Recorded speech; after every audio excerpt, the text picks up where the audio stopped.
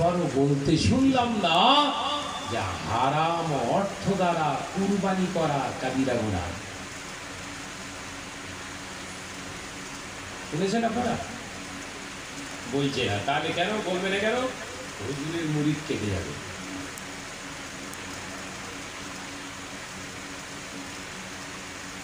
তাহলে এই জাতি আমাদের কাছ থেকে কি আশা করে? আয়ামে জাহেলিয়াতটা আর আসতে বাকি আছে। আমি সূচনায় বলেছিলাম না, ওয়াজ নাসিহাত চলছে, কিন্তু জাহেলিয়াত করা ঢুকে গেছে ভেতরে।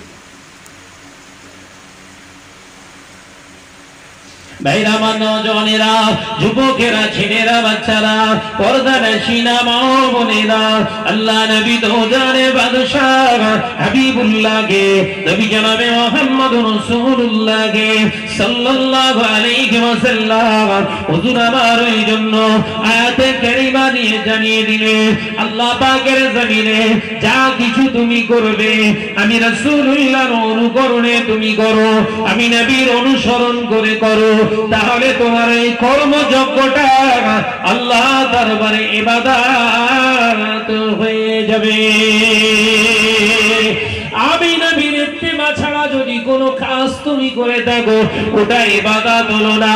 দুনিয়ার জমিনে তুমি লসের খাতায় রান করছো। ও বান্দারা, শুনে রেখে দাও, জেনে রেখে দাও। তাহলে দ্বিতীয় নম্বর শর্ত হলো হালাল টাকা অর্থ থেকে আল্লাহ রাস্তায় কুরবানি করতে হবে।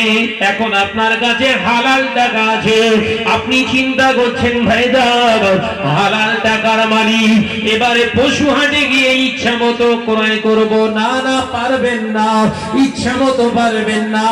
অনেক এরকম সমাজে ভেজাল মশলা সমাজে ঘুরছে, ভেজাল ফতোয়া ঘুরছে, হাইব্রিড ফতোয়া ঘুরছে না। কুরবানির পশু ক্রয় করতে গেলে বেশি বার্গিং করা যায় না, অর্থাৎ বেশি দরাদরি করা চলে না। এর একটা ফতোয়া আছে না, কুরবানির পশু কিনতে গেলে নাকি বেশি দরাদরি করা যায় না। এটা শয়তানের ফতোয়া। কার ফতোয়া? বল না রে ভাই, সব রাগ করছেন নাকি? কুরবানির পশু কিনতে গিয়েছেন আপনারা হালাল টাকা দিয়ে, দরাদরি করবেন না মানে?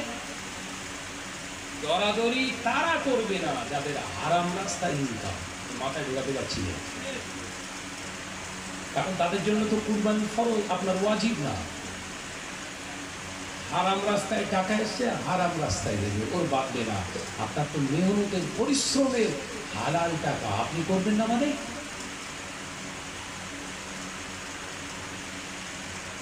হালাল টাকা পকেটে গিয়ে বাজারে গিয়ে, গরু হাটে যেয়ে বলছেন, খাসি হাটে গিয়ে বলছেন, পশু ক্রয় করতে গিয়ে বলছেন বল দাম কি, বল পছন্দ হয়েছে একটা। পশুর মালিক বলে দিল 70,000, আপনি বললেন না ভাই 40,000 তবু। ও ঘুরিয়ে বললেন ভাই হবে না, 60,000 হলে আমি দিতে পারবো। তখন ফট করে আপনি বললেন 60,000 টাকায় এই গরুটা 60,000, 5 মণ গোশ হবে, কেনেন তো নাকি? আচ্ছা, ওই যে হালাল টাকা নিয়ে গিয়ে ওজন করছেন কত কেজি হবে, ইসমাইল আলাইহিস সালামকে কোলে করে দিয়ে ইব্রাহিম আলাইহিস সালাম ওজন করেছিলেন ছেলে ক কেজি হবে। কথা বুঝতে পারছেন তো নাকি? এই যে আন্দাজ করে ওজন করে যারা, আল্লাহ রাসূল নয় স্বয়ং আল্লাহ বলছে এরা ধ্বংস হবে। আন্দাজ করে কথা বলা মুসলমানদের জন্য হারাম। আপনি দিচ্ছেন কুরবানি, ওজন করছেন 3.5 মণ 4 মণ হবে তো।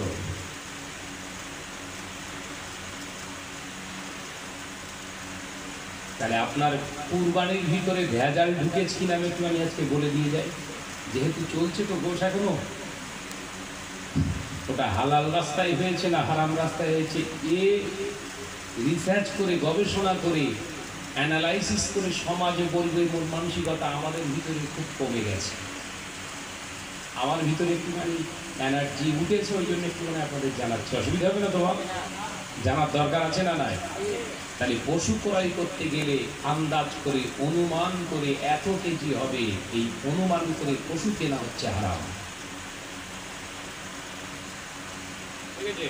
খুব সুন্দর গরু দিয়েছিলেন, কিন্তু হারাম। ভাইরা আমার, তৃতীয় নাম্বার হলো, চতুর্থ নাম্বার, গরুটা ক্রয় করে নিয়ে হাতে করে দড়িটা ধরে নিয়ে আসে ভগবতীপুর বাজারের কাছে একজন চামড়ার ব্যাপারী এসে বলল, ভাই যা, আপনার এই গরুর চামড়াটা আমি 1200 টাকা দেব, আমি 1200 টাকা দেব, এই গরুর চামড়াটা আপনি কাউকে দেবেন না, এই নেন, আমি অগ্রিম 500 টাকা দিয়ে দিলাম। করে তো, গরু এখন খড় খাচ্ছে, বলুন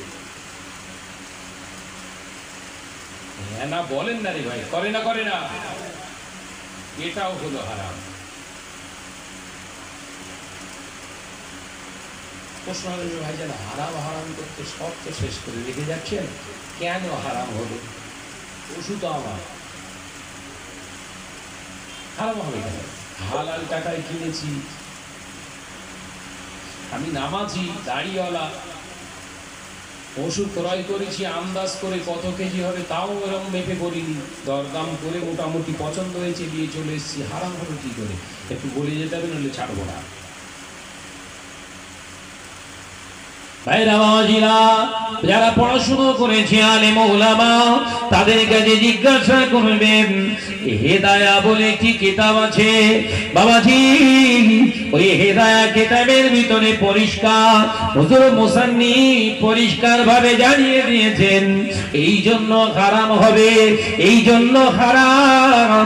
আপনি যখন ওই ব্যাপারীকে চামড়াটা দিয়েছেন বায়না, যখন চামড়াটা আপনি বায়না নিয়েছেন, ও ভালো চামড়া দেখে আপনাকে 1200 টাকা দিয়েছিল, 1200 টাকা দাম এমনি দেয়নি, ও ভালো চামড়া পাবে বলে, কিন্তু জবাই করার পরে ছাড়াছাড়ি করতে গিয়ে, ছাড়াতে গিয়ে ছুরির কোনা আগা লেগে গিয়ে চামড়ায় বিভিন্ন জায়গায় কেটে গেছে।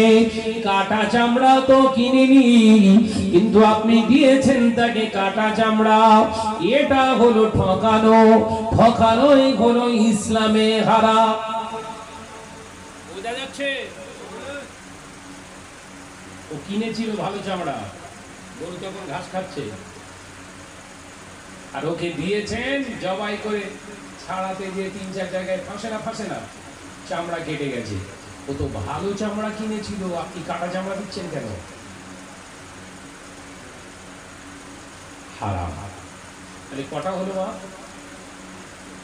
গুনছেন না? 4টে হলো। কটা হলো? একটা কুরবানিতে 4টে হারাম বেরিয়েছে। আরো দেখবো, ভেতরে যাবো, এ সব গুণা সবাই। হ্যাঁ, ভাইরা আমার, নওজওয়ানেরা, যুবকেরা, ছেলেরা, বাচ্চারা, পর্দা নাশিনা মা ও বোনেরা, 5 নাম্বার, আপনার গরুতে যারা যেমনি করে এসে আল্লাহু আকবার বলে ছুরি চালিয়েছে, বিসমিল্লাহ আল্লাহু আকবার বলে ছুরি চালিয়ে দিয়েছি ইমাম সাহেব, গরুটা যাবা হয়ে গিয়েছে, অর্থাৎ গরুটা যাবা হয়ে গিয়েছে। কুরবানি দিয়ে চলে যাওয়ার পরে আপনার গরুটা অনেকক্ষণ ধরে চটকা চটকি করছে, সহজে জানটা বেরোতে চায় না, অনেকক্ষণ ধরে লাফালাফি করছে। আপনি বলছেন ইমাম সাহেবের জবাইটা বোধহয় ঠিক হলো না, কারণ এখনো লড়ালড়ি করছে। আপনি পাশ থেকে একটা ছুরি নিয়ে ওই কাটা জায়গায় বারে বারে খোঁজা মেরেছে। এটা হয়তো নাকি এই দ্বিতীয় ব্যক্তির খোঁজাতে ওই পশুটা যদি মারা যায়, ওই কুরবানিটা হারাম হয়ে গেছে। আপনাকে নতুন আবার পশু ক্রয় করে কুরবানি দিতে হবে, নইলে কাবিরা গুনাহ আপনার নামায় আমলে লেখা হবে।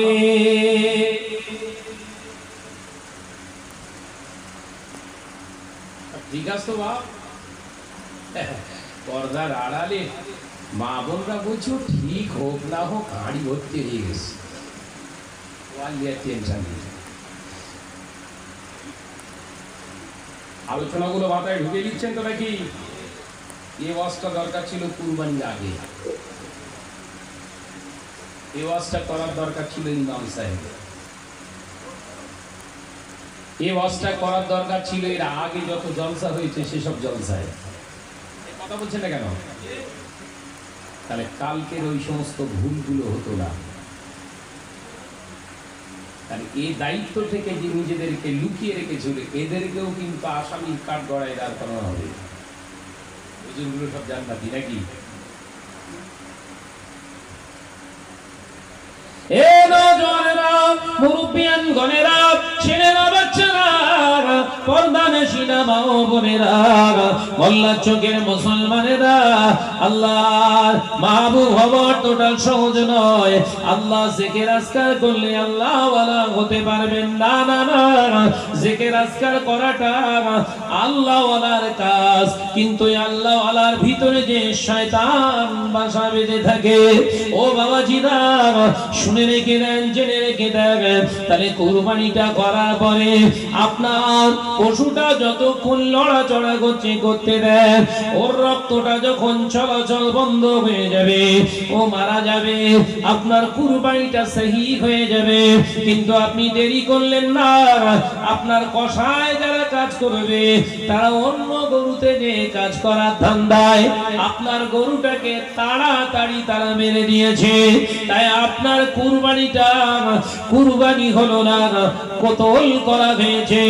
ওই কতল করার গুণ আপনাই নিতে হবে বাবাজি। তাহলে 5 নম্বর হারাম বেরিয়ে পড়লো। 6 নম্বর হারাম, আপনি পশু কুরবানি দেওয়ার পরে আপনার গরুতে কাজ করার জন্য 3 জন কি 4 জনাকে লাগিয়েছেন, বিনিময়ে তাদের কাজের বিনিময়ে পারিশ্রমিক হিসাবে বেশি বেশি গোশত দিয়েছেন, এটাও হলো নাজায়েজ।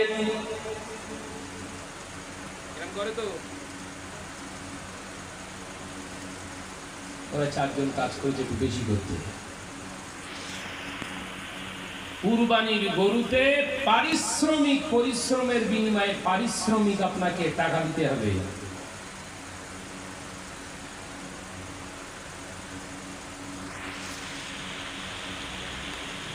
তাহলে কি ভাবছেন কুরবানি গুলো কিরম হয়েছে? সব হাড়ি ভর্তি তো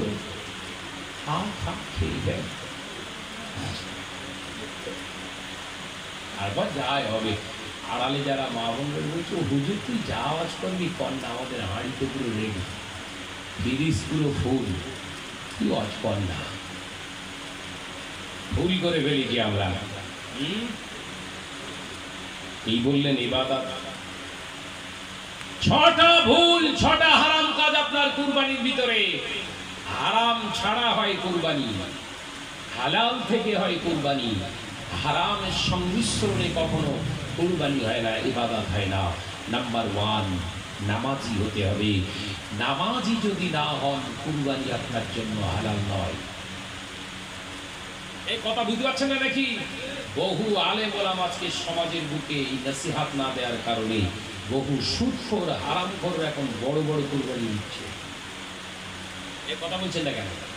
বেনামাজি বড় বড় কুরবানি দিচ্ছে, দাঁড়িয়ে পেচ্ছাপ করেনেওয়ালা বড় বড় কুরবানি দিচ্ছে। ওরা সব থেকে মাল্যতের গোশ পাঠায় বেশি। তার মানে কি?